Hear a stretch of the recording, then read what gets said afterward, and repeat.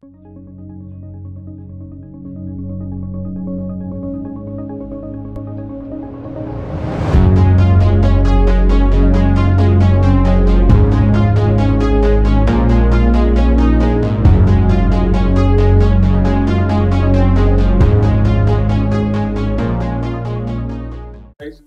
हैं आप सब। मेरा नाम है जगदीश जोशी और आप देख रहे हैं बिजनियर।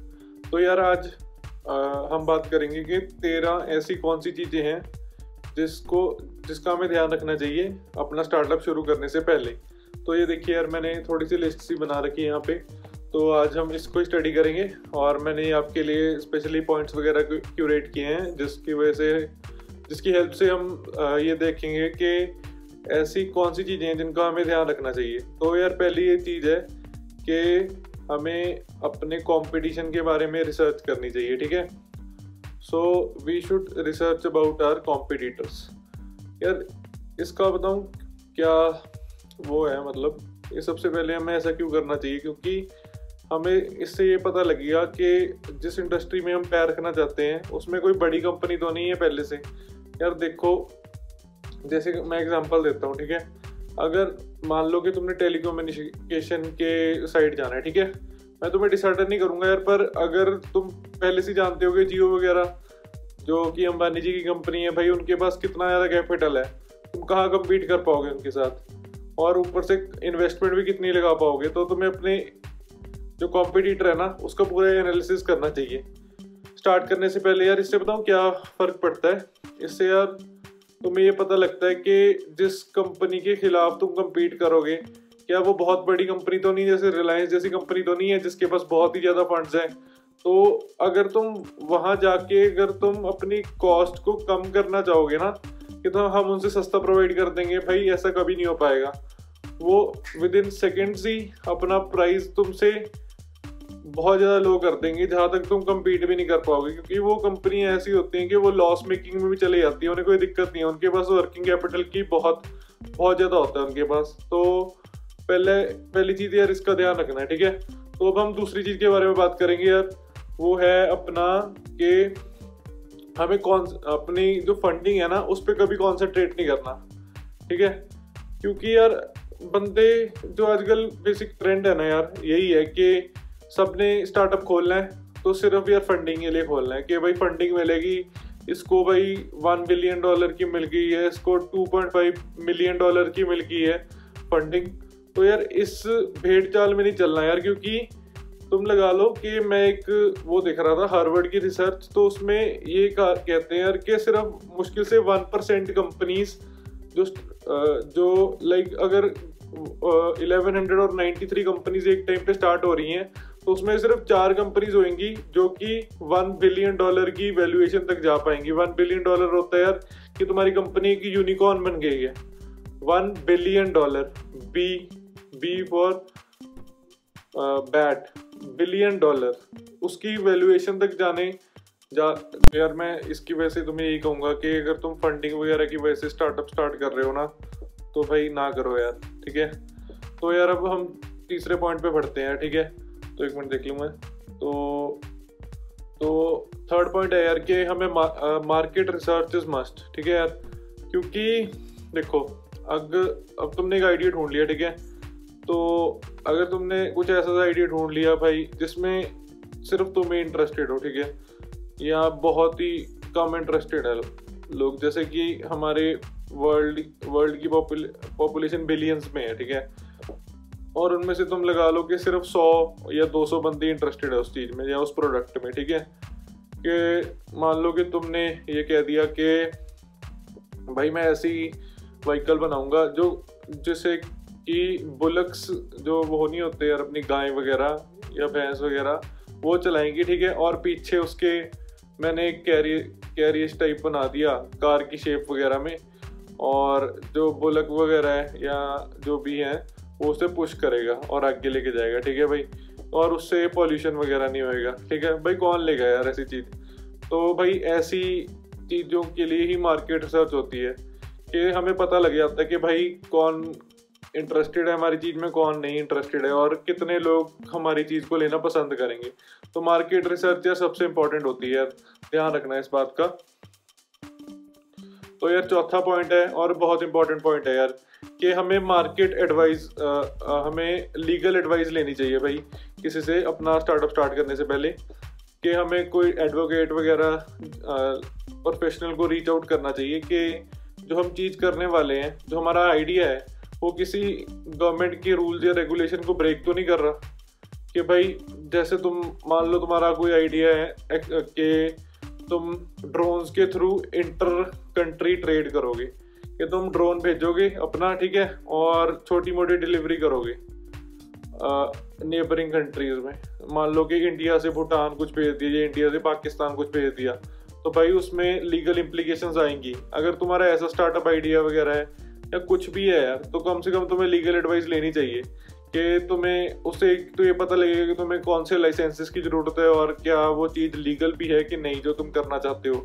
कि बाद में पता लगे कि तुमने स्टार्टअप खोल लिया, थोड़ी बहुत चीज़ें स्टार्ट की और तुम भाई जेल में बैठे हो, तो भाई उसका भी कोई फ़ायदा नहीं। ठीक है, तो भाई अब हम 5वें पॉइंट की बात करेंगे। तो 5वां पॉइंट है यार, जो 5th पॉइंट है अपना, give a thought on marketing strategies to be implemented. ठीक है यार, देखो अब तुमने अपना आइडिया सोच लिया, ठीक है, अब तुमने ये फिगर आउट करना है कि तुम उस चीज़ की मार्केटिंग कैसे करोगे। यार मार्केटिंग के बिना बहुत ही कम चीज़ें सक्सेसफुल होती हैं, क्योंकि यार मार्केटिंग से ही पता लगता है जो बंदा होता है या जो तुम्हारा कस्टमर या कंज्यूमर होता है या जो तुम्हारी टारगेट ऑडियंस होती है, ठीक है, उसको तभी पता लगता है कि तुम्हारा प्रोडक्ट एग्जिस्ट करता है। ठीक है, मार्केटिंग चैनल्स की बात यार मैंने एक वीडियो में की थी, उसका लिंक मैं तुम्हें डिस्क्रिप्शन वगैरह में डाल दूंगा, तो वहाँ से तुम जाके चेकआउट कर सकते हो।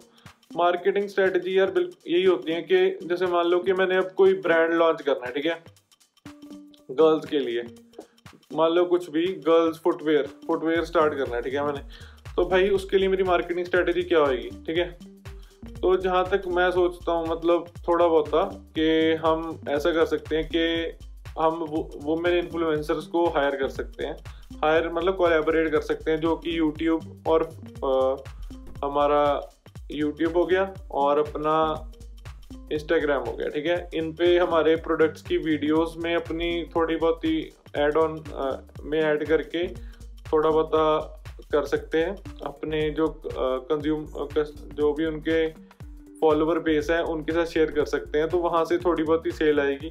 ठीक है, तो एक तो ये चीज़ होगी। नहीं तो यार मैं पार्लर, जो ब्यूटी पार्लर वगैरह होते हैं उनके बाहर पोस्टर वगैरह लगा सकता हूँ। ठीक है, या कुछ भी यार फेसबुक पे ऐड चला सकता हूँ जो कि सिर्फ वुमेन को फोकस करें, वो भी एक पर्टिकुलर एज में, जो कि वो फुटवेयर को लेना पसंद करेंगी। तो यार मार्केटिंग स्ट्रेटजी बेसिकली यही होती है कि तुम अपने जो टारगेट ऑडियंस है उन तक तुम पहुँचोगे कैसे, कि जहाँ से तुम्हारी सेल जो होती है वो तुम कर पाओ अपने चीज़ की। ठीक है, तो यार अब जो हमारी 6th चीज़ है यार, ठीक है, वो है कि timing and specific sales goals. ठीक है, तो यार टाइमिंग का मतलब यार ये है कि जैसे कि मान लो अब जैसे लॉकडाउन लगा था, ठीक है, तो थोड़ी बहुत ही देर में काफ़ी लोगों को पता लग गया था कि अब ऑनलाइन टीचिंग वगैरह होगी। ठीक है, तो तुम खुद जान लो कि कितने जिन लोगों ने उसको अर्ली स्टेज पे पहचान लिया कि अब काफ़ी ऑनलाइन टीचिंग वगैरह होगी। ठीक है, और उन्होंने अपना स्टार्टअप उसके रिगार्डिंग उसके अराउंड रिवॉल्व करा दिया। ठीक है, तो ऐसे ही मैंने एक जो स्टार्टअप है रूटवर्क्स लर्निंग करके है, वहाँ पे मैंने इंटर्नशिप की थी। ठीक है, वो मेरे कॉलेज की पास आउट थे लास्ट ईयर के, तो उन्होंने ये स्टार्ट किया था। बेसिकली वो जो ट्यूशन्स वगैरह नहीं होती यार, उनको सोल्यूशन प्रोवाइड कर रहे थे।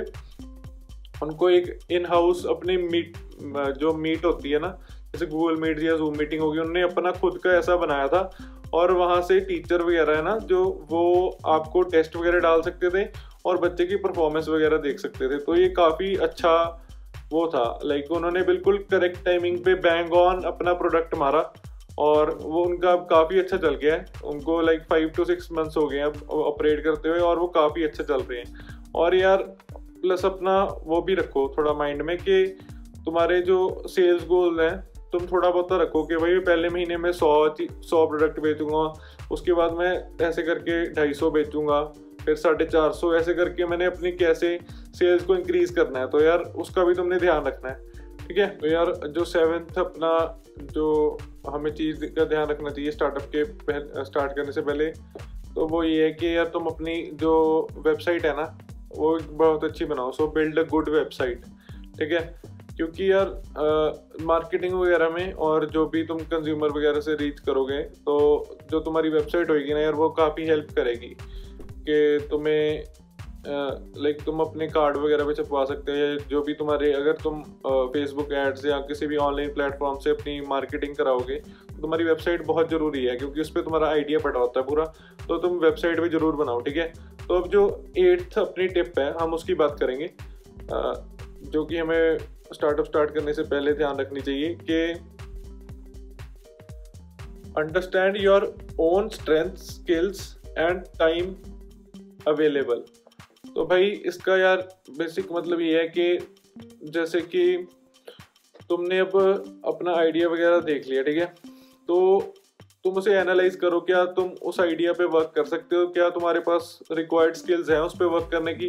लाइक यार तुम मान लो कि मैं जैसे टेक्निकल बैकग्राउंड का बंदा हूँ, ठीक है, और मैं कह रहा हूँ कि भाई मैंने तो बिल्डिंग खड़ी करनी है, मैंने बिल्डर बनना है, तो मेरे पास तो स्किल है ही नहीं भाई, मुझे पता ही नहीं है कि बिल्डिंग वगैरह खड़े करने में क्या चीज़ें लगती हैं, क्या क्या बंदे हायर करने पड़ते हैं, क्या प्रोसीजर होता है, कैसे गवर्नमेंट से क्लियरेंस लेनी पड़ती है, तो वो तो मुझे पता ही नहीं भाई, ठीक है। फिर इस चीज़ का ध्यान रखो कि तुम्हारे पास टाइम की अवेलेबिलिटी कितनी है, क्योंकि जैसे यार जो कॉलेज के स्टूडेंट्स हैं मेरे जैसे, उनके लिए वो वाली चीज़ें, ऐसी चीज़ें उनके लिए है ही नहीं यार। जैसे कि ये बिल्डिंग वगैरह करने के मैंने एग्जांपल किया कि बिल्डिंग वगैरह बिल्ड करनी है, कि बिल्डर बनना है, तो वो तुम ऐसी भाई चीज़ें करके ऐसे सकते हो यार, क्योंकि तुमने कॉलेज भी जाना है। अगर तुम बिल्डर वगैरह बनोगे तो तुम्हें ध्यान रखना है कि भाई कॉन्ट्रैक्टर आ रहा है टाइम पे, नहीं बंदे आ रहे हैं कि नहीं, सीमेंट वगैरह जो भी चीज़ें लगती हैं वो आ रही हैं कि नहीं, कितने पैसे जा रहे हैं, तुम्हें वहाँ बैठना पड़ेगा भाई पूरा टाइम, ठीक है। वो तो वो चीज़ तुम्हारे लिए है ही नहीं है वैसी चीज़, तो तुम वो भी देखो ना कि तुम्हारी जो टाइमिंग है उसके हिसाब से तुम्हें फ्लेक्सिबल चीज़ कौन सी लग रही है, ठीक है। क्योंकि अगर तुम कॉलेज वगैरह में हो तो तुम्हें अपनी टाइम की फ्लेक्सिबिलिटी को चेक करना पड़ेगा, ठीक है। और अब जो 9th टिप है यार वो ये है, हमें एक बिजनेस प्लान लिखना चाहिए, ठीक है। मानो कि हमें सारा कुछ लिख देना चाहिए कि जैसे कि एक प्रोडक्ट बेच रहे हैं मान लो, ठीक है, तो हमें वो हम कैसे बेचेंगे, ठीक है, उसमें क्या क्या कॉस्ट लग रही है अपनी, हमारी मार्केटिंग कॉस्ट क्या है, हमारी मैन्युफैक्चरिंग कॉस्ट क्या है, हमारी शिपिंग कॉस्ट क्या है, ठीक है। हमें ये सब कुछ लिखना चाहिए, ठीक है। और वहाँ से हमें कैलकुलेट करना चाहिए कि हम कितना प्राइस रखें तो हमारा ये प्रॉफिट बनेगा, जिससे हम प्रॉफिटेबल रहेंगे, ठीक है। और हमारा जैसे कि बिजनेस वगैरह कैसे फ्लरिश करेगा, कि हमने कब डिस्काउंट देना है, कब बंदे को थोड़ा ज़्यादा प्राइस पे सेल करना है प्रोडक्ट, इन चीज़ों का हमें ध्यान रहेगा, ठीक है। अगर तुम पेन एंड पेपर पे सारा कुछ लिख के रखोगे ना कि मुझे इतने का प्रोडक्ट पड़ रहा है, इतने का मैं मार्केटिंग कर रहा हूँ, ठीक है, और इतने का मुझे शिपिंग चार्ज पड़ रहा है, ठीक है, तो वो तो तुम्हारी कॉस्ट होएगी, ठीक है। वो वेरिएबल कॉस्ट है, क्योंकि शिपिंग भी डिफरेंट हो सकती है, मैन्युफैक्चरिंग कॉस्ट भी डिफरेंट हो सकती है, और मार्केटिंग तो वैसे भी डिफरेंट होती है, ठीक है। तो अगर इन चीज़ों को तुम पेन एंड पेपर से एक शीट पे लिख दोगे ना तो बहुत फ़ायदा होएगा यार, ठीक है। क्योंकि तुम्हें पता लग जाएगा कि तुम्हें प्रॉफिटेबल लेने के लिए कितनी क्वांटिटी बेचनी है और कितना प्राइस पे बेचना है उसे, ठीक है। और इसी के साथ अगर हम चलते हैं 10वीं ऐसी चीज़ पे, तो यार वो है कि always start small and then grow. भाई देखो जितनी भी बड़ी कंपनीज जिनका तुम एग्जांपल ले रहे हो, ठीक है, जैसे कि ओला या उबर हो गई, ठीक है, वो पहले छोटी सी टेरिटरी में स्टार्ट हुई थी यार, कि एक छोटा सा एरिया उन्होंने कवर किया था, बहुत ही माइन्यूट सी टेरिटरी के, लाइक एक टाउन को कवर किया था। वहाँ पे उन्होंने अपना मॉडल को टेस्ट किया, ठीक है, और वहाँ पे उन्होंने उन्होंने फीडबैक लिया और फीडबैक से अपने जो भी सर्विसेज को इम्प्रूव किया, ठीक है। उसके बाद वो उन्होंने स्केल करने की कोशिश की, क्योंकि यार अगर तुम स्टार्टिंग में ही एक्सपैंड करना स्टार्ट कर दोगे कि इकट्ठी 5-6 सिटीज में घुस गए, ठीक है, अगर तुमने कस्टमर फीडबैक लिया नहीं, ठीक है, तो रिपीट कस्टमर आएगा नहीं तुम्हारे पास। क्योंकि यार अगर तुम्हारा प्रोडक्ट नया है ना तो वो तुम्हारा फाइनल प्रोडक्ट कभी नहीं हो सकता, उसमें काफ़ी मॉडिफिकेशन वगैरह चाहिए होती है अकॉर्डिंग टू मार्केट नीड। तो वो तुम अगर छोटे कस्टमर बेस पे ट्राई करोगे और उनसे फीडबैक लोगे, क्योंकि अगर छोटी जगह पे रहोगे ना, तभी तुम्हें कस्टमर फीडबैक तुम ले पाओगे और तभी तुम उसे इम्प्लीमेंट कर पाओगे।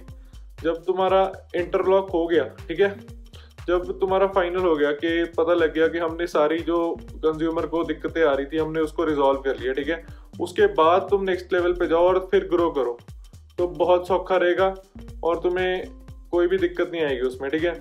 जो 11th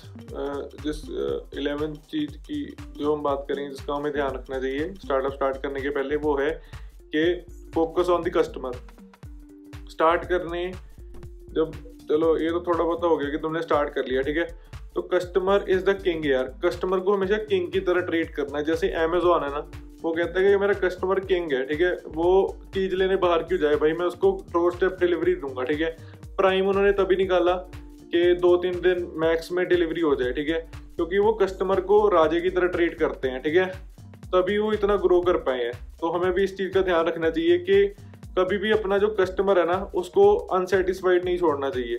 उसको हमेशा उसको ये देखो कि उसके एक्सपीरियंस को बेटर करने के लिए हम क्या कर सकते हैं, ठीक है, तभी नेक्स्ट लेवल तुम्हारी ग्रोथ होगी। क्योंकि जो कंपनीज कस्टमर सेटिस्फेक्शन पे करती है ना कॉन्सेंट्रेट, वो कभी मार नहीं खाती, ठीक है, रियल वर्ल्ड में।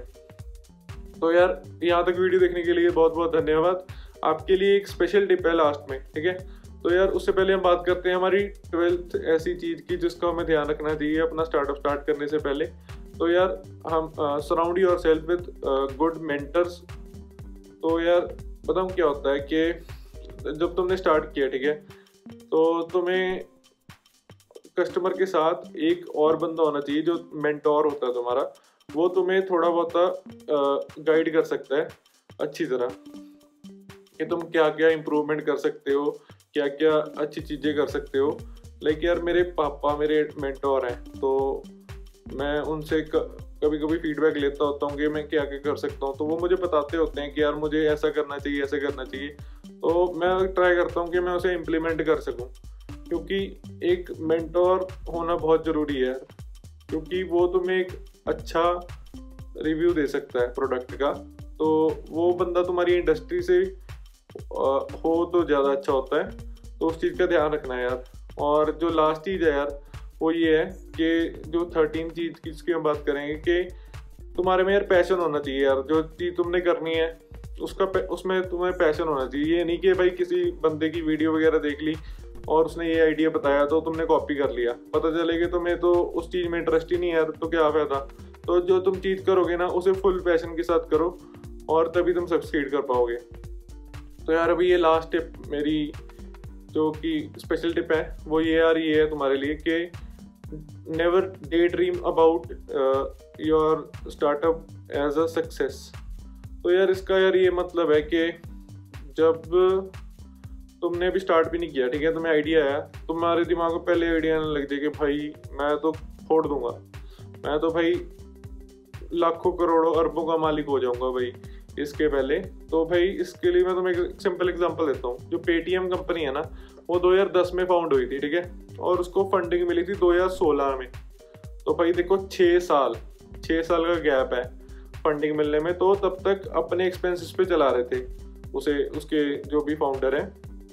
तो भाई इस चीज़ का ध्यान रखो यार कि तुम पहले ही ना सोचने लग जाओ कि भाई पैसा पैसा पैसा, ठीक है, क्योंकि यार फिर कुछ नहीं हो पाएगा तुम्हारा। क्योंकि पेटीएम ने यार 2000 जब मोदी जी ने नोटबंदी का वो किया था अनाउंसमेंट, तो पेटीएम ने काफ़ी खुल के एडवर्टीजमेंट की थी और तब उन्हें खुल के फंडिंग मिली थी। क्योंकि अब जब नोट बंद हो गए थे तो बंदे के अकाउंट से सीधा जो दुकानदार के अकाउंट में पैसे ट्रांसफ़र हो सकते थे, तो बेस्ट चीज़ थी, तभी बूम आया पेटीएम का। तो यहाँ से पेटीएम ग्रो हुआ और आज वो एक यूनिकॉर्न बन चुका है, ठीक है। So yeah, thank you guys for watching this video. Please like, share and subscribe the video and stay tuned for more videos. Thank you.